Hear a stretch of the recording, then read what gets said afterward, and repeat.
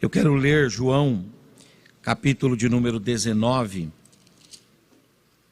os versículos 25, 26 e 27. João 19, 25, 26 e 27. Diz assim: E junto à cruz de Jesus estava a sua mãe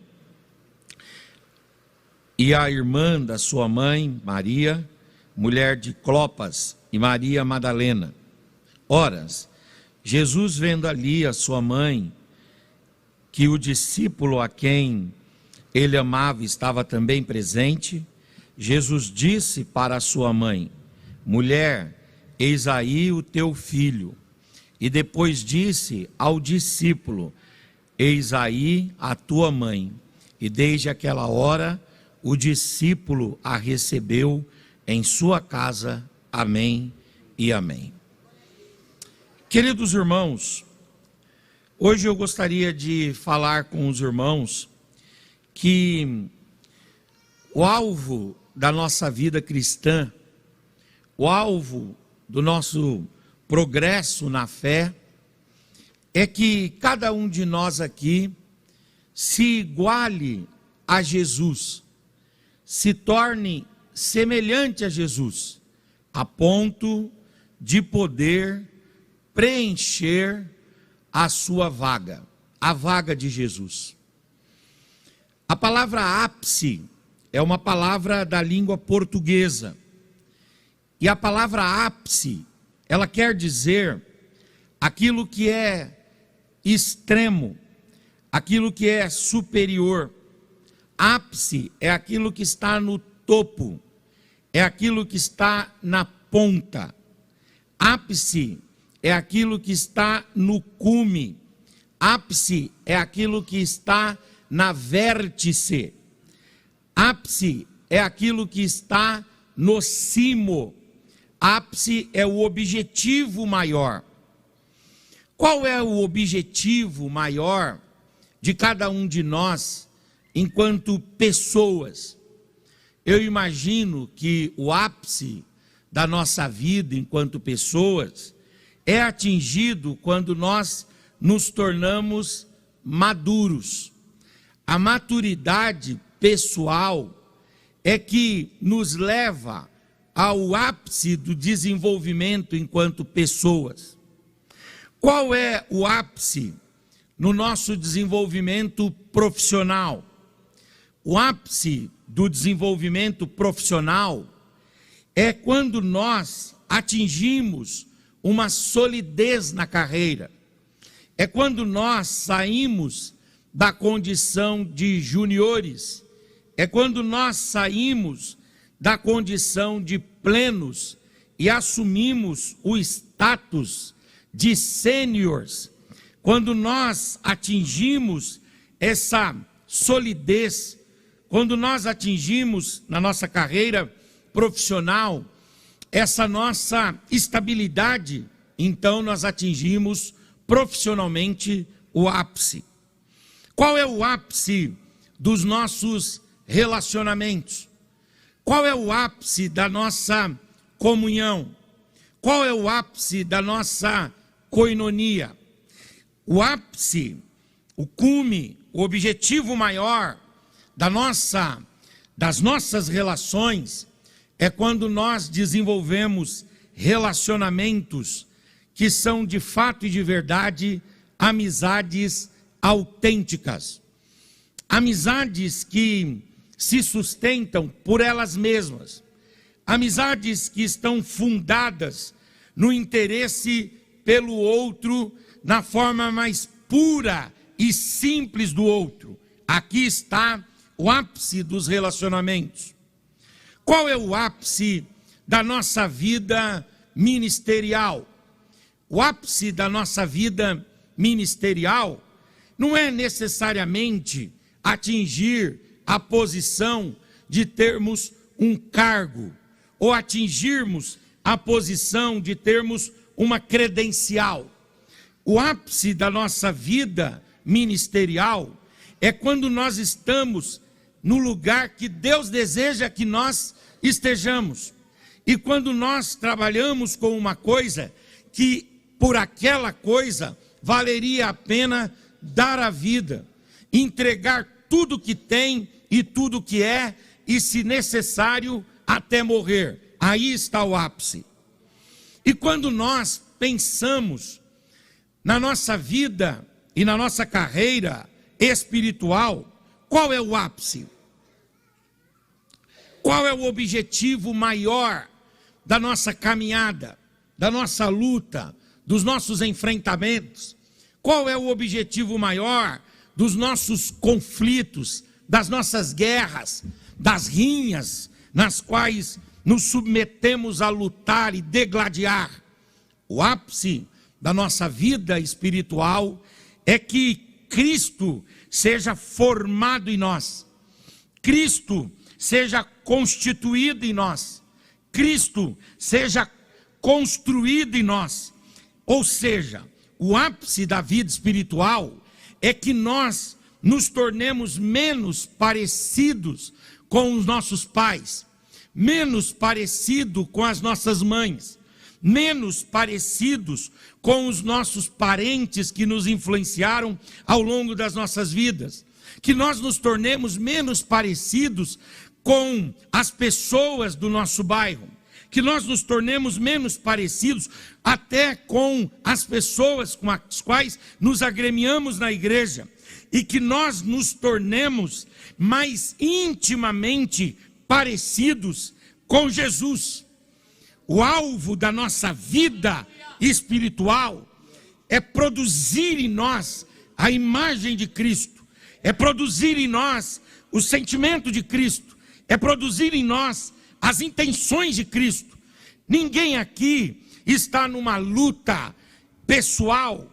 É claro que enquanto igreja nós temos projetos, por exemplo, da construção, temos projetos, por exemplo, de ampliação do nosso setor, temos projetos, por exemplo, de abrir novas igrejas, ganharmos mais almas, termos uma igreja cada vez mais relevante na cidade de Barueri. A cidade de Barueri deve contar hoje, talvez com 300 mil habitantes, nós temos 7 mil membros. Isso significa dizer, se nós tivéssemos 10% da cidade, nós teríamos 30 mil membros. Se nós tivéssemos 5% da cidade, significaria dizer que nós teríamos 15 mil membros. Nós temos aqui 2,5%. Então, enquanto igreja, nós precisamos avançar, sim, está certo.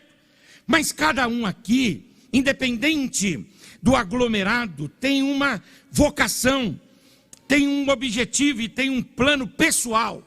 E qual é que deve ser esse plano? Acima de qualquer outro, é se parecer com Jesus, é ser cada vez mais assemelhado a Jesus, é ser cada vez mais tornado em Jesus para a glória de Deus. Tem um pai da igreja chamado Orígenes de Alexandria. Ele viveu no 3º século depois de Cristo. E ele dizia que o objetivo maior de todo cristão não é dinheiro, não é fama, não é riqueza, não é prosperidade. Não é que Deus não nos dê isso, mas é que esta não é a idealização, a finalidade. Este não é o escopo maior da nossa vida. Orígenes dizia que o cristão tem um objetivo máximo, e o objetivo máximo é se tornar parecido com Cristo, e parecido com Cristo no nível de você poder substituir Cristo, aonde Cristo puder ser substituído. É exatamente o que acontece aqui em João 19. Nós vemos aqui em João 19, João preenchendo a vaga deixada por Cristo. Não é fácil substituir pessoas. Por exemplo, talvez o maior desafio de Josué não foi liderar 3 milhões de pessoas, porque ele era general do exército de Israel, e como general, ele já liderava pessoas. Outra coisa, ele liderava a camada mais fina das pessoas, que eram os militares. E naquele período, aqueles que pertenciam ao exército tinham um grande peso em todos os aspectos, e estes estavam debaixo da égide do comando de Josué. Então, talvez para Josué não foi a maior dificuldade liderar pessoas. Também se conduzir no deserto. O Josué já estava ali há 40 anos. Então ele conhecia muito bem os meandros do deserto. Ele conhecia muito bem as veias do deserto. Ele saberia sim conduzir o povo. Outra coisa, Josué também não tinha como desafio maior para ele matar pessoas e derrubar os inimigos e conquistar a terra, porque ao longo da história de Israel no deserto, nós vemos o Josué fazendo isso, vencendo reinos, impondo-se ao fio da espada. Conquistar Canaã e aqueles territórios seria sim um desafio, mas é mais um desafio. O maior desafio para o Josué é substituir Moisés. É quando você é colocado para substituir. Ora, se para substituir Moisés nós temos dificuldade, e para substituir Cristo. Mas é exatamente isso que João faz aqui.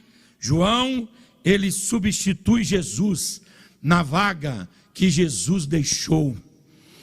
É interessante que João preenche a vaga deixada por Jesus.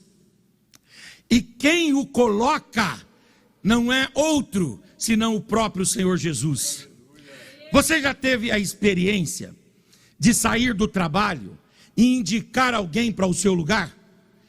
E você colocar o seu nome sobre essa pessoa, você colocar a sua história sobre essa pessoa, e você garantir para aqueles que estão recebendo o substituto, que aquele substituto vai fazer tão bem quanto você fez. Eu vou dizer, é uma responsabilidade muito grande. É uma responsabilidade quando você vai indicar, quando você vai colocar as mãos. É muito difícil essa responsabilidade, mas é interessante que o Senhor Jesus, ele confiava tanto na estirpe, no caráter, no refinamento de João, que o Senhor Jesus não titubeou, e ele disse: mulher, aí está o teu filho. Ele está pronto para preencher a minha vaga. Ele está pronto para me substituir. Ele está pronto para tomar o meu lugar. Ele está pronto para ocupar o meu espaço. Ele está pronto. Aqui está o ápice da vida espiritual. Se parecer tanto com Jesus, a ponto de ser indicado por ele a vaga dele mesmo. Jesus estava na cruz, a sua mãe estava chorando aos pés da cruz, João apóstolo estava aos pés da cruz também, e Jesus, vendo que João se parecia com ele, que João tinha os predicados de Jesus, as qualidades e as características de Jesus olhou para Maria e disse: mulher, aí está o teu filho, ele está pronto para tomar o meu lugar e para me substituir. É interessante que Jesus não disse que enviaria outro filho. Ele não disse que colocaria no lugar outro, mas ele disse: mulher, aí está o teu filho. Tem uns comentadores que falam que é como se Jesus tivesse dito assim: mulher, assim como você tem certeza que eu sou seu filho, tenha certeza que esse daí também é o seu filho, porque ele se parece comigo. Jesus disse para Maria: assim como você deu a luz a mim, assim também esse menino pode ser tido como um filho que você deu à luz. Ele está pronto para me substituir. Aí a minha pergunta é a seguinte: como é que João desenvolveu essa imagem de Jesus em si? Como é que João conseguiu? Aliás, o João não teve assim muita demora no seu desenvolvimento espiritual. Alguns outros apóstolos até demoraram um pouco mais para que Jesus fosse formado de fato e de verdade neles. um dos que deu mais trabalho foi Pedro. Pedro, de vez em quando, ele tinha duas caras. Parecia com Jesus e parecia com o velho Pedro. O Tomé também demorou para evoluir. Parecia com Jesus, mas parecia com um ateu incrédulo. Mas o João não, o João desenvolveu rápido. O João entendeu rápido e o João permitiu que Cristo fosse formado nele rapidamente. Essa maturidade, esse desenvolvimento espiritual não depende do tempo que nós, aleluias, vamos passando na igreja, mas depende da nossa entrega para Jesus. Se nós nos entregamos de forma rápida e absoluta, Jesus vai sendo construído em nós rapidamente. Como é que João atingiu essa estatura? Como é que ele atingiu esse desenvolvimento? Como é que ele atingiu esse patamar? Primeiro, João se tornou parecido com Jesus, a ponto de poder tomar a vaga de Jesus em primeiro lugar, porque João seguiu a Jesus sem reservas, com radicalidade. Abra sua Bíblia, por gentileza, em Mateus capítulo de número 4. Eu quero ler o versículo 21 e 22. Diz assim: E adiantando-se dali, viu outros dois irmãos, Tiago, filho de Zebedeu, e João, seu irmão, num barco com seu pai.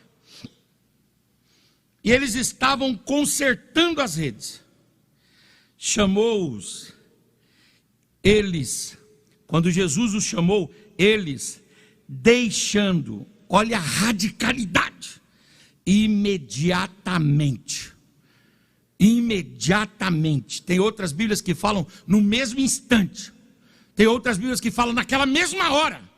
O barco, e não só o barco. Porque deixar o barco é fácil. Deixar o barco é até simples. Mas eles tiveram que deixar com uma maior radicalidade. E imediatamente deixaram o barco. E eles deixaram quem mais? Irmãos e o pai. E o seguiram. Aqui nós temos uma das razões porque João conseguiu evoluir, crescer e atingir o ápice da vida cristã. É que João seguiu Jesus sem reservas, mas com toda a radicalidade. Aleluia, glória a Deus. Por exemplo, o Tiago, irmão de João, que os irmãos estão vendo aí, ele é um indivíduo, eu não vou falar dele hoje, ele é um indivíduo que ele se prepara, Cristo é formado nele plenamente e rápido. Porque o que nós aprendemos? Que o Senhor Jesus deseja construir em nós a sua expressa imagem, sim ou não? E quando nós temos a expressa imagem de Jesus, o que Jesus faz com o crente? Que desenvolve-se plenamente, que atingiu o ápice, que completou a carreira. O Senhor Jesus o toma para si. Dos apóstolos, qual é o primeiro mártir? O primeiro mártir dos apóstolos é Tiago. O primeiro mártir da igreja é o Estevão. Mas o primeiro mártir dos apóstolos é Tiago. O que Tiago tem, junto com o irmão dele, João? Eles têm essa característica de ser parecidos com Jesus, porque eles passam a seguir Jesus com radicalidade. A radicalidade está no fato deles deixarem o barco.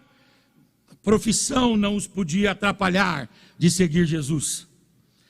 É interessante que a profissão às vezes nos impede de deixar Jesus ser formado em nós plenamente. Mas nem todas as profissões, é óbvio. Aqui temos um exemplo de alguém que abandonou radicalmente a profissão.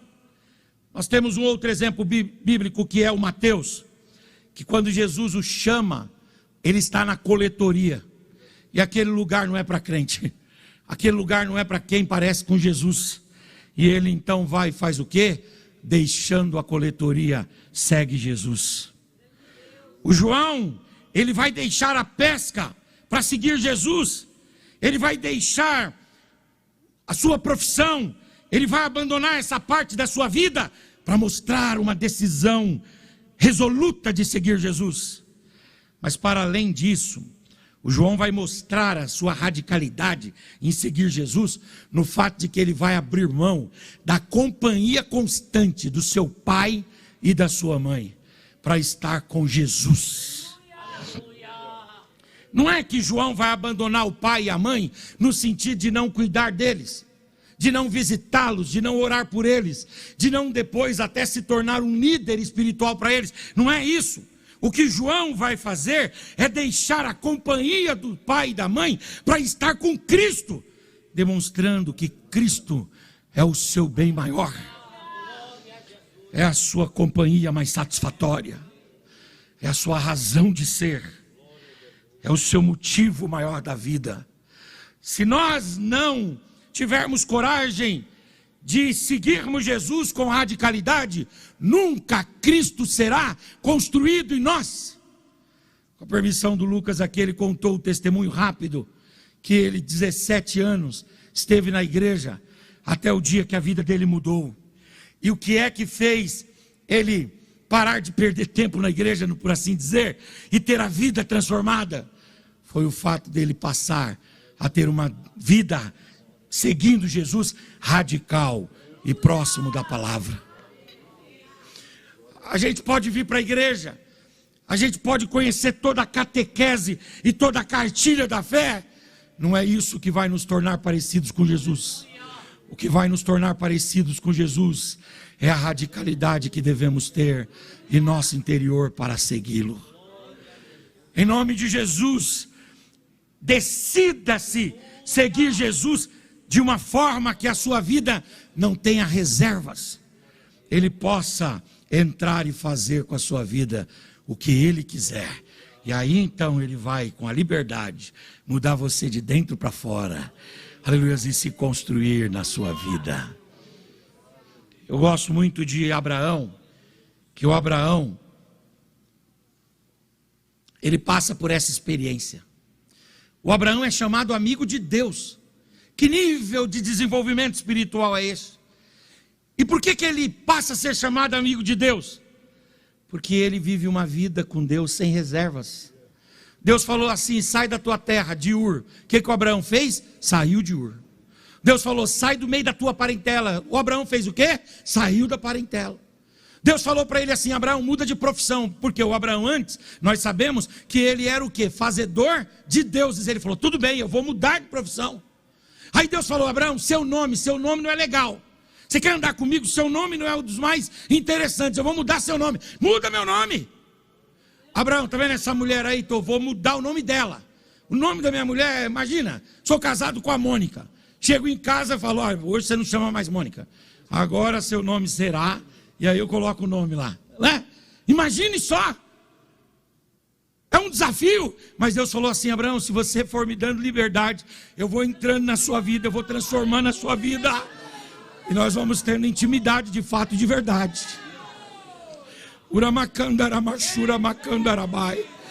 Depois Deus fala para o Abraão: Abraão, tá vendo o seu sobrinho Ló aí? Você trouxe a reboque, menino bom. Mas coloca ele, dá um espaço para ele, dá espaço, ele precisa respirar, dá espaço para ele. Depois Deus vai falar do Ismael. Tá vendo esse menino aí? Sangue do seu sangue. Mas dá espaço para esse menino. Tá vendo a Agar? Abre mão. E é interessante que conforme o Abraão vai abrindo mão, Deus vai desenvolvendo intimidade com ele. E ele vai ser chamado amigo de Deus. Amigo de Deus e amigo de Deus. João, no Novo Testamento, ele vai ser um exemplo de que a radicalidade em seguir Jesus, em receber Deus e abrir todas as recâmaras e todas as portas da nossa vida para Deus, aleluia, resulta em Cristo ser construído em nós. Cristo quer ser construído em você. Talvez você esteja aqui na igreja já há tempos. Talvez você já venha de uma família evangélica, de uma família cristã, mas você ainda não tomou uma decisão radical de seguir Jesus. Essa manhã é uma manhã de chamamento de Deus para nós. Deus está nos chamando e está dizendo: vem, eu quero você por completo. Vem, eu quero você por inteiro. Eu quero fazer uma obra radical, transformadora na sua vida. Nós precisamos desenvolver, como João, um amor radical por Jesus. É isso que está em Mateus 22, 37 e 38. E Jesus disse: amarás o Senhor teu Deus de todo o teu coração, de toda a tua alma, de todo o teu entendimento, de todos os teus pensamentos. Este é o primeiro grande mandamento. Uma obediência radical. É interessante que em Lucas 9, 23 diz: e dizia a todos: se alguém quiser vir após mim, negue-se a si mesmo, tome cada um e a cada dia a sua própria cruz e siga-me.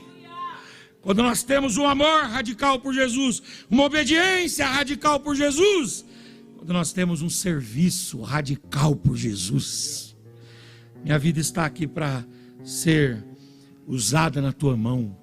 A minha vida está aqui para ser usada para a tua glória. Ah, Senhor, não importa o meu nome, não importa a minha imagem, não importa a minha fama, não importa o que eu tenho e não importa o que eu sou. O importante é que a sua obra seja feita através da minha vida. Se nós tivermos essa decisão, Jesus vai ser formado em nós. Deus deseja que nós sigamos Jesus com radicalidade. Fala para o seu irmão: sem reservas. Diga para ele: sem reservas. Aleluia.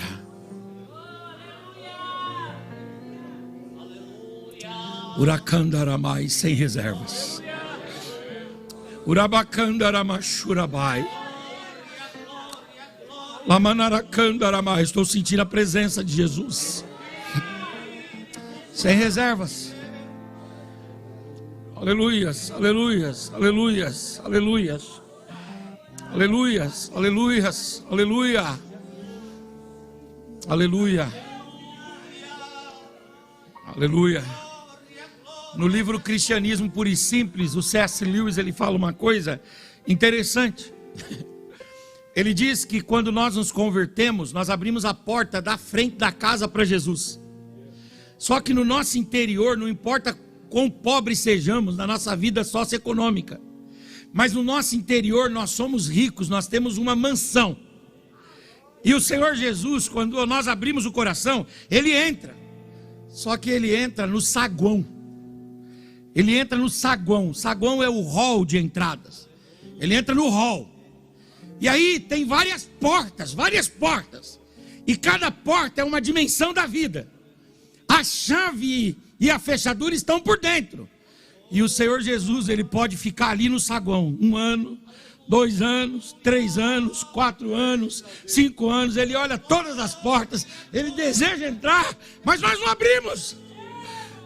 Mas quando nós, aleluia, vamos abrindo as portas, o Senhor Jesus vai visitando cada área da nossa vida, cada instância da nossa vida, cada repartição da nossa vida, e Ele vai iluminando com a sua presença, com a sua palavra. Ele vai transformando, Ele vai mudando. Sem reservas, em nome de Jesus. Essa é a manhã de nós abrirmos o coração para o Senhor e dizermos: entra, Senhor, e faz as mudanças que o Senhor deseja fazer.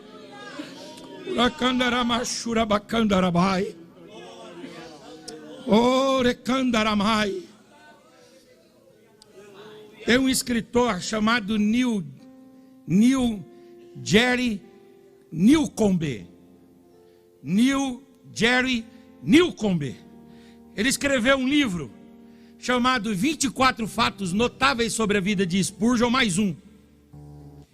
E ele conta que o Spurgeon tinha um vício. O Spurgeon gostava de um charuto. E o Spurgeon já era pastor de igreja em Londres. Pregava uma vez de manhã e uma vez à tardinha para 3.000 pessoas em cada horário, para 6.000 pessoas. Arrebatava multidões, escrevia muitos sermões, mas tinha uma porta da vida dele que Jesus não entrava. Diz que o Dwight L. Moody um dia foi conversar com o Spurgeon, e o Dwight L. Moody confrontou o Spurgeon por causa disso. E o Spurgeon ficou um pouco apequenado, mas continuou com a sua vida. Aí diz que uma tabacaria da cidade foi lá e colocou na placa da tabacaria: aqui é a tabacaria onde o reverendo Charles Haddon Spurgeon compra os seus tabacos. Diz que ele passou na frente quando ele estava indo para o culto da manhã na igreja, e ele viu aquela divulgação. Diz que ele caiu em prantos, aleluias, diante da igreja, pediu perdão para os irmãos e abandonou a prática do uso, aleluias, de tabaco. Lamachurabai, não interessa se você é um grande pregador, você precisa abrir as portas. Não importa se você é um grande pastor, você precisa abrir as portas para que Jesus mude você por completo. Levante a sua mão por gentileza, levante a sua face, levante a sua voz, abra a sua boca. Urabacandaramai, eu estou sentindo a presença de Jesus. Nós vamos sair diferentes aqui essa manhã.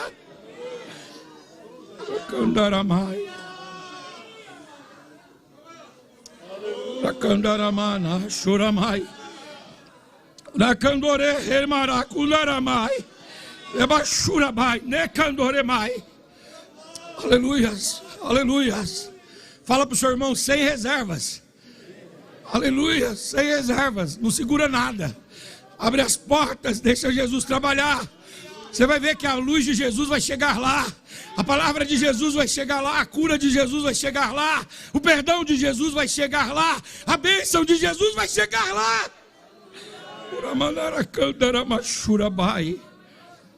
Aleluia, aleluia, aleluia, aleluia.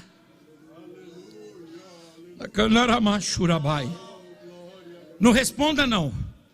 Não responda não. Pega na mão dessa figura abençoada aí e olha no olho dela ou dele, por favor. Não responda não, não precisa responder. Só pergunta, não responda, só pergunta. Pergunta assim: tem alguma área da sua vida que você sabe que Jesus precisa fazer uma mudança? Não responda não. Isso é coisa sua com Jesus. Isso é coisa sua com Jesus. Aleluia, isso é de foro íntimo. Mas abre o seu coração que Jesus vai entrar lá. Jesus vai fazer a mudança lá. Ele vai transformar lá. Aleluia. Levante a sua mão por gentileza. Levante a sua face. O Espírito de Deus está agindo entre nós. Orecandaramachurabai. Emanaracandoremachurabai. Ninguém é parecido com Jesus se tem reservas. Aleluia, ninguém é parecido com Jesus se tem milindres. Ninguém é parecido com Jesus se não se escancara. Ninguém é parecido com Jesus se não se desnuda. Ninguém é parecido com Jesus se não se abre e diz: Senhor, faz a mudança, Senhor. E se você fizer isso, se fizermos isso, Jesus não nos envergonha, Ele não nos humilha, Ele não nos expõe, aleluia, Ele nos sara, Ele nos cobre com o seu manto de amor, aleluia, e Ele diz: é isso que eu estava esperando, é exatamente isso que eu estava aguardando. Segundo lugar, para nós irmos para a conclusão, o João, ele pode ser confundido com Jesus e pode tomar a vaga de Jesus. Em segundo lugar, porque o João, ele busca intimidade com Jesus. Jesus tinha 5.000 seguidores. Se nós vermos, por exemplo, na multiplicação dos pães, tem uma hora lá que Jesus multiplica os pães e ele alimenta 5.000 homens. Então ele tinha pelo menos 5.000 seguidores. No universo dos 5.000 seguidores, Jesus tinha 500 mais próximos. Dos 500, a gente fica sabendo em 2 textos. Obrigado. Primeiro texto, Atos 1. Quando diz que Jesus é assunto aos céus, no Monte das Oliveiras, o que acontece lá? Ele é assunto aos céus e ocultado nas nuvens diante de 500 pessoas. E Paulo vai falar em 1 Coríntios 15, que Jesus, depois de ressuscitado, apareceu pelo menos a 500 irmãos. Então Jesus tinha os 5.000 que vinham para comer pão. Tinha 500 que gostavam do espetáculo da ressurreição.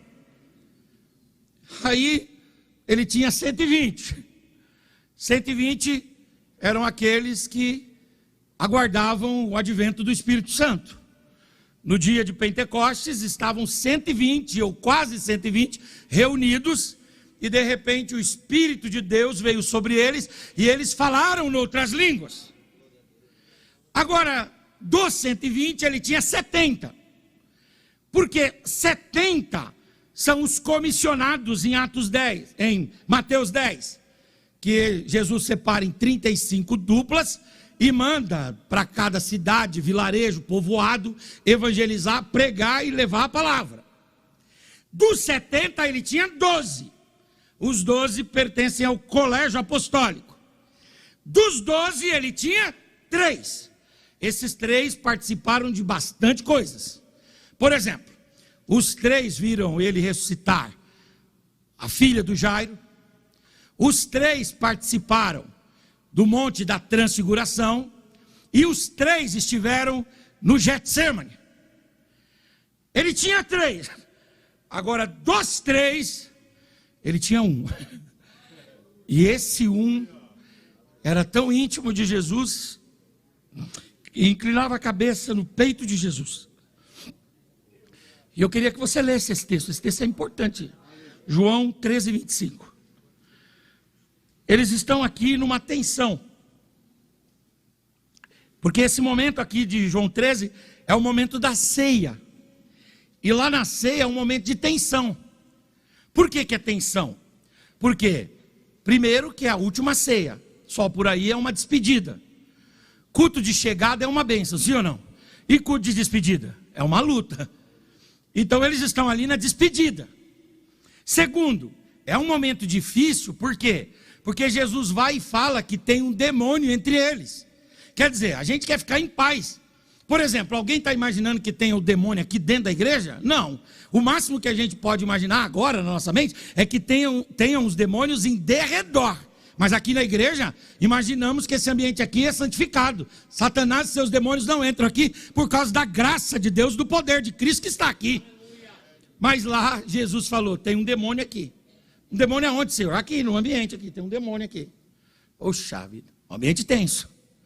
Se eu disser para você, tem um demônio rodando aqui, você já fica preocupado, já fica olhando assim, ó. Você já vai olhar para esse irmão aí do seu lado mesmo. Vigia, varão. Vigia. Não é verdade? O ambiente lá era tenso. Tinha um demônio lá. E terceiro, o Judas foi desmascarado.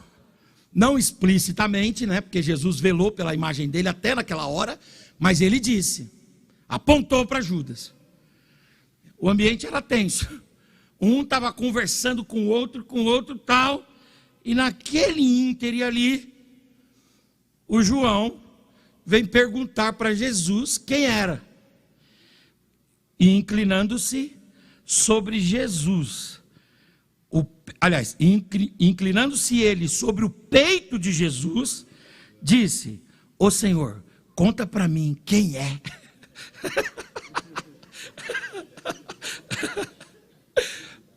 Jesus não revelou para ele. Mas eu imagino que Jesus deve ter completado aquele abraço. Sabe o abraço que você começa? Porque você nunca pode dar um abraço inteiro. Você só pode oferecer meio abraço. Se o outro não completar o abraço não acontece. É assim ou não? Você dá o abraço inteiro, agarrando? Não, você faz como? Você dá o ombro e as mãos. Se o indivíduo não responder, você recolhe, finge que não aconteceu nada e sai envergonhado. Essa não é a regra? Não é assim? Você finge que não aconteceu nada e cai fora. É o famoso deixar no vácuo, não é verdade? Deixou no vácuo. Tudo bem. Acontece às vezes, né? O João vai e inclina a cabeça no peito de Jesus, ouve as batidas do coração de Jesus e pergunta: Senhor, quem é? Ele deve ter abraçado o João e dito: João, curioso. Fica aqui um pouquinho, que isso aqui vai ser lembrado. O que você quer saber eu não vou te revelar, mas os meus braços, o meu coração pulsando, o meu calor e a minha intimidade, isso eu nunca vou negar para você. Vem cá.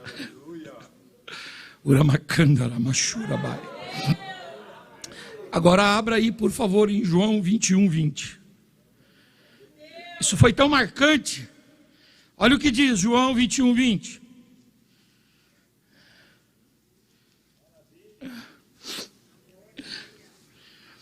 E Pedro, voltando-se, viu que o seguia aquele discípulo a quem Jesus amava, e que na ceia se recostara também sobre o peito de Jesus, e dissera: quem é que há de trair? Aleluia, glória a Deus. Como é que João se parece com Jesus? João se parece com Jesus, primeiro porque ele segue Jesus com radicalidade, e segundo porque ele desenvolve intimidade com Jesus. Aleluia, levante a sua mão. Jesus quer ter intimidade com você. Jesus quer fazer você conhecer a voz dele. Uramacandarabai, Lamachuramaai. É muito bom conhecer Jesus teologicamente. É muito bom conhecer Jesus filosoficamente. É muito bom conhecer Jesus na teoria. Mas nada é tão marcante, é tão transformador e produz Jesus tão intensamente em nós quanto nos tornarmos íntimos de Jesus. Essa é uma bênção para você também.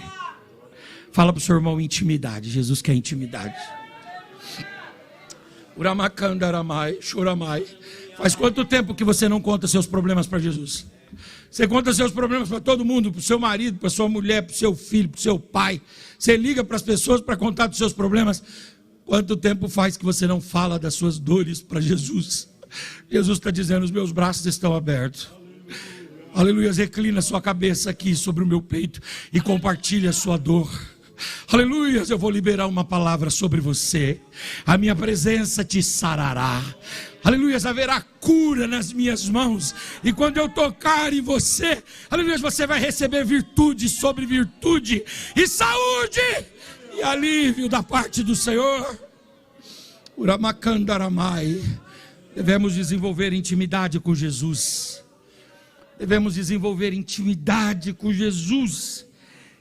E aí, para terminarmos, o último ponto aqui mesmo, terceiro e último: por que João se parece com Cristo a ponto de poder substituí-lo, ficar no seu lugar?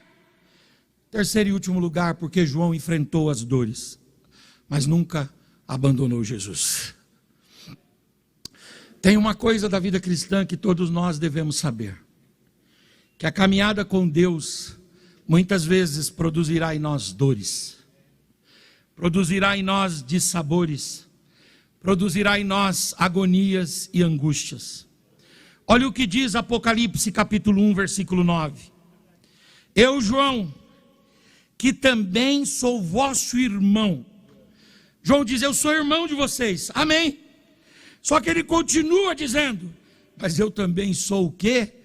Companheiro na vossa aflição. Aleluia, sou companheiro no reino, sou companheiro na paciência de Jesus.